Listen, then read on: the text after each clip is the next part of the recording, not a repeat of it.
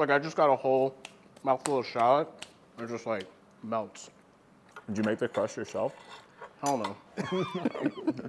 Thanks, Paul. Thank you. That was so good. It's Cesar with the Food52 Test Kitchen, and this is Recipe Drop, where myself and my other friends here at the Test Kitchen at Food52 release a new recipe every week, few recipes every week. And today I have for you a shallot and cherry tart. My inspiration for this recipe, I was looking at a few bakeries' Instagram accounts. The New York bakery scene right now is like really good. Like I think people don't realize how good the New York bakery scene is right now.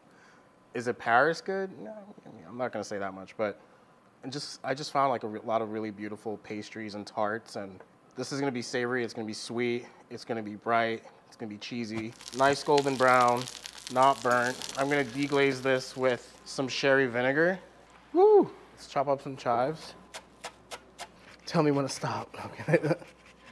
All right, so I'm gonna heat my pan up over medium-high, and I went ahead and halved all of my shallots. So peel and halve your shallots. Here I have about 5 shallots. So I'm gonna add a little olive oil to our pan.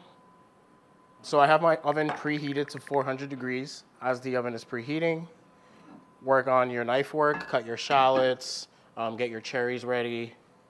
So I've got my mise en place.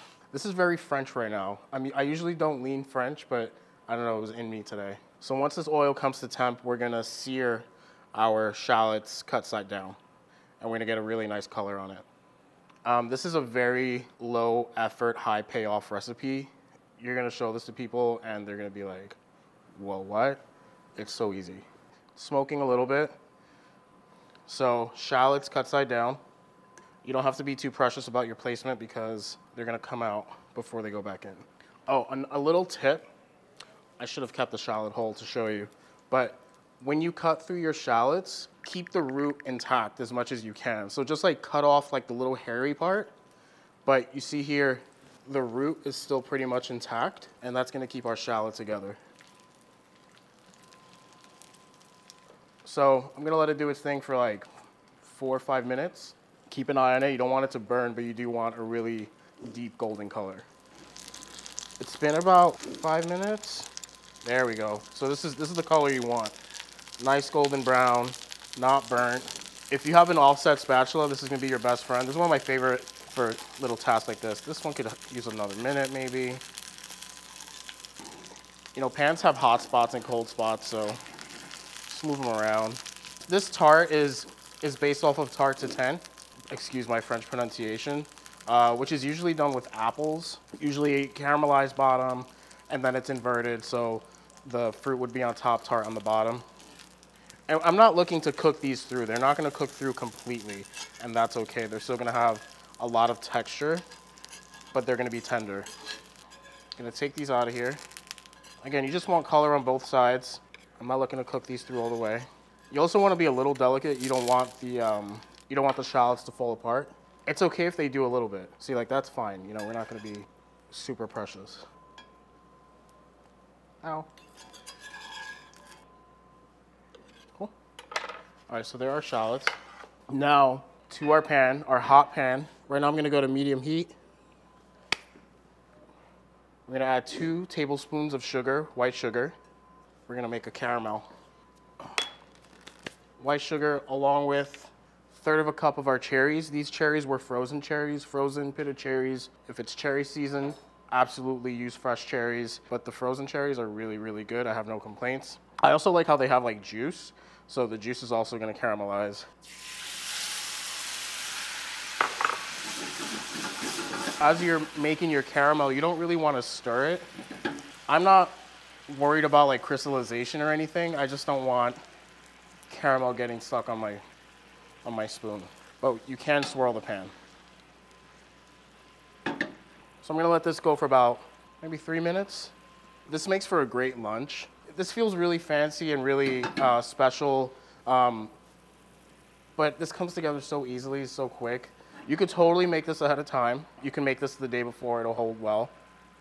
You can serve it warm, you can serve it room temp. You can serve it cold. Could even be breakfast, this is a good breakfast. I mean, you will if you have leftovers. Feel free to have it for breakfast. Obviously, you have options. You do whatever you want. What I'm looking for at this point, I'm waiting for the bubbles to kind of slow down a little bit, and that tells me that the caramel is getting really thick. Nia, how long have you been peeling those potatoes? It feels like I've been peeling potatoes for like 2 hours. Look how small they are. Do you have to peel them? No, I just want to, but like it's so. Yeah, I don't know why. They're literally so small. You're better than me. Size. You see how it's like feels thick? Now, carefully, I'm gonna deglaze this with some sherry vinegar.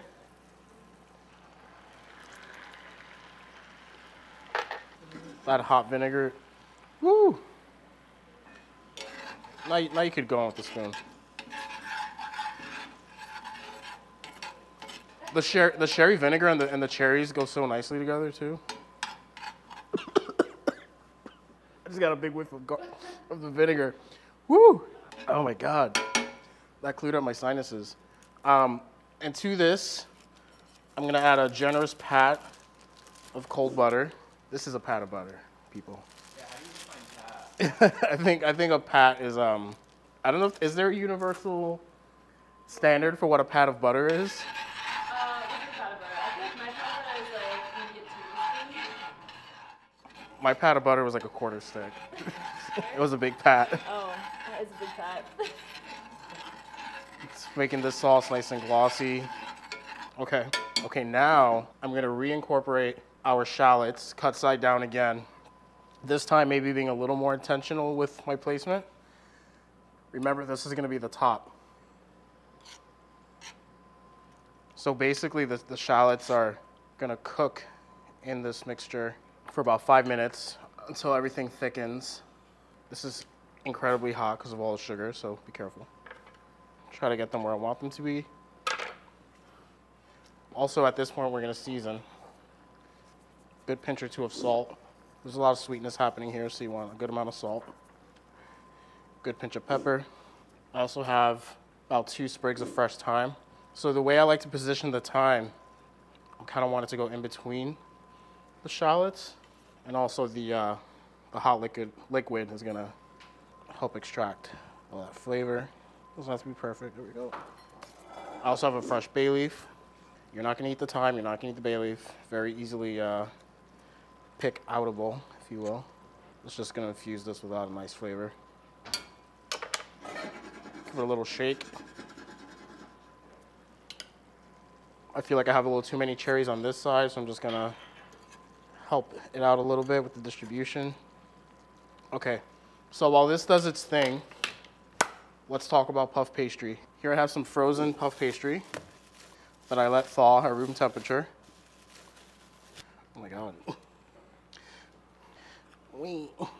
I've never used this brand before. Oh, there we go. Can you tell I'm not a baker? Dough scares the shit out of me, but I'm not afraid of puff pastry. So I'm just gonna lightly flour my surface. Some puff pastry brands, the pastry already comes kind of floured. This one did not. But the nice thing about this one's all butter, whereas other brands have a lot of like palm oil and stuff in it. A little flour. I'm just gonna roll this out slightly. Just want to thin it out.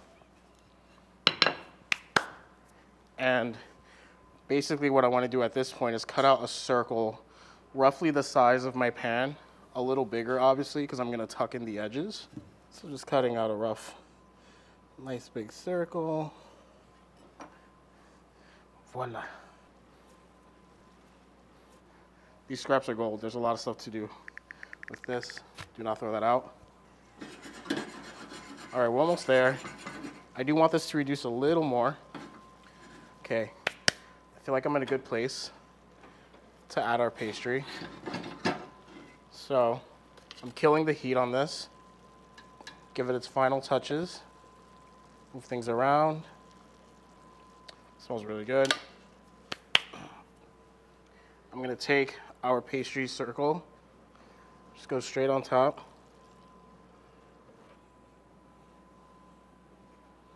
So I'm just tucking in the edges a little bit. And with the help of my spoon, just kind of pushing it down. Our edges are pretty tucked. I'm just gonna prick a few holes on top. It's gonna prevent it from getting too puffy. All right. I'm not gonna give this an egg wash or anything, because again, this is gonna be the bottom. But if this were the top, I would brush it with a little egg wash, just so that it has a nice shine. So into our 400-degree oven, 25 to 30 minutes. Keep an eye on it. And with the magic of television, I have a swap. So this has been out of the oven for about 30 minutes. You don't have to wait 30 minutes when yours actually comes out of the oven. Give it about 5 to 10. And let's flip it over. I need a plate. Is this big enough? Yeah, sure. I made this swap with not the best quality puff pastry, just something I found in the supermarket, which was not an all butter puff pastry. It had a little, like, has palm oil and shit like that. But check out this one with the actual nice all butter puff pastry. Like, that is night and day. Like, look at this and look at this. It puffs so much more. It didn't really contract as much as this one contracted. This is the same size pan. Yeah, this just ended up being a lesson to me and now to you. High quality puff pastry is worth it. I thought I'd be able to get away with what we had, and then I got this one, but if you can get high quality puff pastry, all butter, like look at that, seriously? And look how much thicker it is too. Like, you can see the layers, and I'm glad you were able to see and learn with me. So I'm just gonna let this rest for about 5 minutes before I flip it over. Allison, thank you for getting me the nice stuff, because It was my pleasure, but like quality I'm- won here. I mean, I never realized there was that much of a difference, to be honest. Yeah, either did I. Thanks for demoing that. Yeah, get the nice puff pastry. Splurge. It looks so different. I know. So nice. That's actually It's just pretty crazy how this cool. one like contracted too versus this one. Yeah, this one is like you can really see the flakes on the side. Oh, this one's gonna be okay. All right. What do they call this? The Hail Mary flip? Or the Hail Mary? I don't know. Am I making shit up? All right. Oh my God. Wait. I got a little stuck. It's okay. I can fix it. Oh, it's still good. Hold on. It's okay, y'all. Just take your offset. There you go.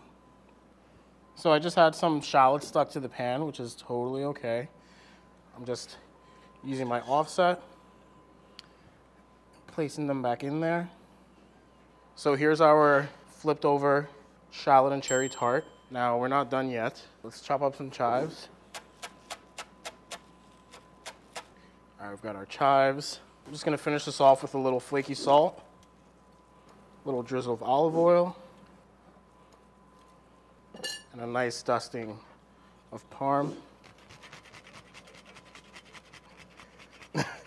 Tell me when to stop. Okay. All right, and there you have your shallot and cherry tart. Hope you like it. Hope you make it. Make it for yourself, someone you like. Paul, Yeah, I made you a shallot and cherry tart. love it. I'm gonna finish it with a little more cheese. Okay, thanks. You look like a cheesy guy. Thank you. You're welcome. Say when. Come on. When? I'm gonna piss a bunch of French people off. I'm gonna cut it with scissors. It really just glides through the shallot, huh? I know. We gotta. The shallots don't like the scissors. Okay. Here you go, bro. Nice, dude. Careful with that.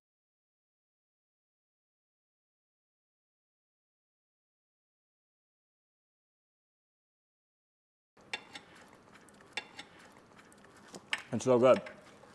I think this is better than the other one because this one has a all butter crust.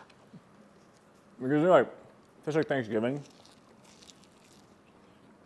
You get like a stuffing vibe. Super into it. The shallot, Right. like I just got a whole mouthful of shallot. It just like melts. It's delicious. You gonna make this for your girlfriend? No way. Make it for your mom. Yeah. Thanks, Paul. Thank you. That was so good. recipe drop. Bye.